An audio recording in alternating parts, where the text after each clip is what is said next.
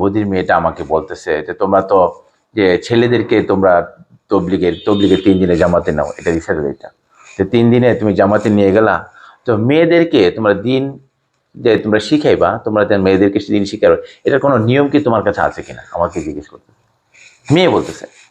তখন দিলে খুব চোট লাগলো, কথা তো সত্য, এই মেয়েও তো নামাজ শিখা দরকার, এরও তো অজু গোসল পাক পরিয়ে, তারও তো বিবাহিত না হলেও তো তার প্রত্যেক মাসে তার গোসল ফরজ থাকে, জি তাহলে তাকে এই গোসল ফরজটা শেখানো দরকার।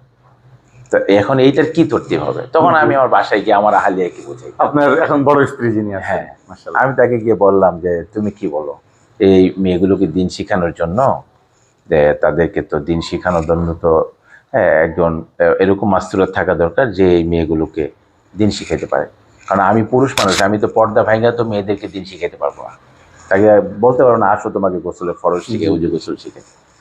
দেখেন আপনি মোটামুটি পুরো পাক্কা নিয়াত করেছেন ইনশাআল্লাহ, ইনশাআল্লাহ। যদি এরকম দিনদার মুনাসিব কোন শিক্ষিত যদি কোনো বুবা মেয়ে হয় তো আপনি তাকে বিবাহ করবেন, এটা তো পুরো পাক্কা নিয়াত। এবং আপনার আগের স্ত্রীরা তো আলহামদুলিল্লাহ এতে ইনশাআল্লাহ। আলহামদুলিল্লাহ। আপনি যেহেতু বোবাদের নিয়ে কাজ করেন, হাজার হাজার বোবা আপনার সাথে সম্পৃক্ত, অনেক মেয়ে আছে ছেলে আছে, তো এটা আপনার উপর কিন্তু দায়িত্ব পড়ে যে আপনি কমপক্ষে 4 স্ত্রীর মধ্যে কমপক্ষে একজনকে আপনি কি করবেন, বোবা রাখবেন। এটার দ্বারা কি হবে, এবং আপনার এটা আগের ইচ্ছা ছিল, তো আপনি আসলে কেন চাচ্ছেন যে একটা মেয়ে বোবা হলে আপনার নেট চাওয়াটা কি বলেন? আসলে আমার যে চিন্তা ছিল যে আমাদের অনেক বধির ছেলেরা যে নতুন নতুন যারা যখন আল্লাহর রাস্তায় বের হয়, আমরা নিজেরা দেখছি যে বধির ছেলেগুলো যারা তবলিগে সময় লাগে নাই, যাদেরকে আমরা কোনো দিন শিখাইতে পারিনি, নতুন আসছে, দেখা যাচ্ছে অজু করে মসজিদে নামাজে দাঁড়িয়েছে, তো আমরা আওয়াজ পাচ্ছি যে তার বায়ু বায়ু বের হয়ে গেছে, তো সে তো জানে না যে আমি যদি অজু করার পরে বায়ু ছাড়ি তাহলে অজু চলে যাবে, এটা তো সে জানে না। যখন আমরা তাকে শিখাই নিছি তখন সে বুঝতেছে যে হ্যাঁ, বায়ু ত্যাগ করলে আমার অজু চলে যায়। এরকম তো আমাদের মা বোনদের, বদির মা বোনও আছে যারা এগুলো কিছুই জানে না, অজু জানে না, গোসল পাক পাকিজা জানে না। তো দেখা গেছে যে এই সমস্ত মা বোনগুলোও তো একসময় মারা যাবে, কবরে যাবে, তাদের সামনেও হাসুর মেজান ফুলসেরাত আছে, তাদেরকেও দিন শেখানো দরকার। তো দেখা গেছে যে আমি মিরপুরে একটা জামাত নিয়ে সফর করতেছি, তো বধিরদেরকে আমি দিন তাদের মোজাকারা করতেছি, কথা বলতেছি মাজার, মিরপুর মাজারের পাশে। তো কিছু বধির মেয়ে দূর থেকে আমাকে ফলো করলো, তো ওই বধির মেয়েগুলো মনে করছে আমিও বধির, কারণ ইশারা দিয়ে চলতেছে, এখানে তো জবানে কোনো কথা নাই। তো কিছুক্ষণ পরে বধির ডানু, একটা বধির একটা আছে মিরপুরের 1 নম্বরের, সেই মেয়েগুলোকে ইঙ্গিত করে বলতেছে উনি, ওনার ইশারা হলো এইটা, হাসান ইমাম ভাই, উনি কানে কথা শোনেন, উনি মানে এইটাও নর্মাল বা এইটাও নর্মাল, মানে কথা যারা বলতে পারে এদেরকে এটাই ইশারা দেওয়া হয়। তখন মেয়েগুলো মাথার মধ্যে এরকম বাড়ি দিচ্ছে, মানে অবাক হওয়ার দৃষ্টি, অবাক হওয়ার ইশারা এটা, তা আমরা তো মনে করছি সে একজন বধির।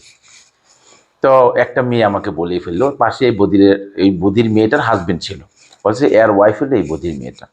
তো ওই বধির মেয়েটা আমাকে বলতেছে যে তোমরা তো যে ছেলেদেরকে তোমরা তবলিগের 3 দিনে জামাতে নাও, এটা ইশারা এটা যে 3 দিনে তুমি জামাতে নিয়ে গেলা, তো মেয়েদেরকে তোমরা দিন যে তোমরা শিখাইবা, তোমরা মেয়েদেরকে দিন শিখাবে, এটার কোনো নিয়ম কি তোমার কাছে আছে কিনা আমাকে জিজ্ঞেস করতে মেয়ে বলতেছে। তো তোমরা ছেলেদেরকে বিভিন্ন জায়গায় শিখাও, জামাতে নিয়ে শিখাও, বিভিন্ন জায়গায় প্রোগ্রাম করে করে শিখাও, মেয়েগুলোকে শেখানোর কোনো তোমাদের ব্যবস্থা আছে কিনা।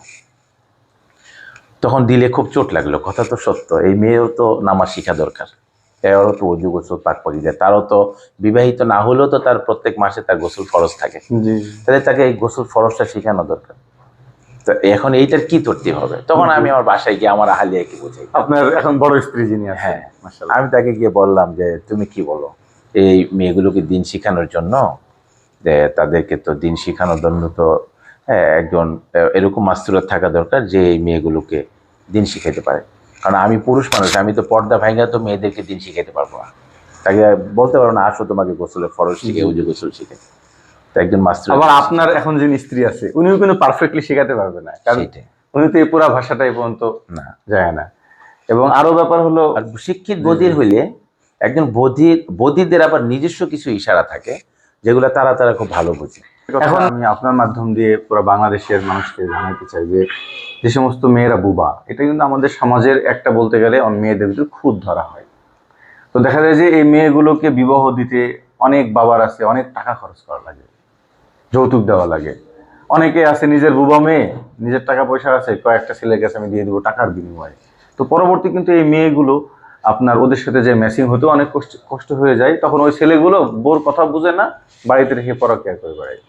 এই সমস্যাটাই আমি টাঙ্গাইল, সরি, বগুড়ার মেয়েকে বলছিলাম। তো আমার কাছে মনে হয় কি, আপনার যে স্টুডেন্ট গুলো, আমি যতটুকু জানলাম যে পুরো বাংলাদেশে আপনার অনেক স্টুডেন্ট আছে যারা এই বুবাদের ভাষাগুলো বুঝে। তা আমার মনে হয় কমপক্ষে আপনার স্টুডেন্ট গুলাদের এটা একটা শরীরী হক যে যারা বদির মেয়ে আছে, হ্যাঁ, এবং যদি তারা দিনদার হয়, আমি সব বদির মেয়েকে বিবাহের কথা বলতেছি না, কারণ ভাই দিনদার না হলে তো আরো মুশকিল। আল্লাহ তাদেরকে, যারা দিনদার আছে তারা যেন তাদেরকে বিবাহ করে। তা আপনার যে স্টুডেন্ট গুলো আছে, যেহেতু আপনার ভার্সিটি লেভেলে আলহামদুলিল্লাহ শিক্ষক এবং পুরা ওয়ার্ল্ড ব্যাপী, আলহামদুলিল্লাহ আমাদের ভাই কিন্তু তাবলীগের পুরা ওয়ার্ল্ডের যত জায়গায় ইস্তেমা আছে, যত জায়গায়, সব জায়গায় কিন্তু উনি প্রায় সব মহাদেশেই তো মনে হয় সফর করা হয়েছে আপনার। অস্ট্রেলিয়া বাকি আছে। অস্ট্রেলিয়া বাকি আছে, ওটাও মনে হয় খুব দ্রুত যাবে। তো আপনি ইনশাল্লাহ একটা তো তাদেরকে দিন শেখানোর জায়গা, আর আপনার যদি নিজের স্ত্রী হয় তখন আপনার এই কাজটা দেখবেন অনেক বেশি সুন্দর হবে। তো আল্লাহ তালা ভাই যে নিয়াত করছেন, আল্লাহ তালা ভাইকে কবুল করেন, ঠিক আছে ইনশাল্লাহ। আর ওনার দ্বারা যেন পুরা ওয়ার্ল্ডের, পুরা পৃথিবীর যারা বুবা আছে, যে ছেলে হোক বা মেয়ে হোক, আল্লাহ যেন ওনাকে কবুল করেন, ওনার দ্বারা যেন তাদের কাছে দিন পৌঁছায়। তো ঠিক আছে ইনশাল্লাহ, যারা যোগাযোগ করবে আমাদের সাথে, হ্যাঁ ইনশাল্লাহ আপনার জন্য আল্লাহ যেন একটা মারাতে সালিহা মিলাই দেয় ইনশাল্লাহ। আপনার আগের দুই স্ত্রী মিলে এখন সন্তান কতজন আছে? 5 জন। 5 জন, আলহামদুলিল্লাহ।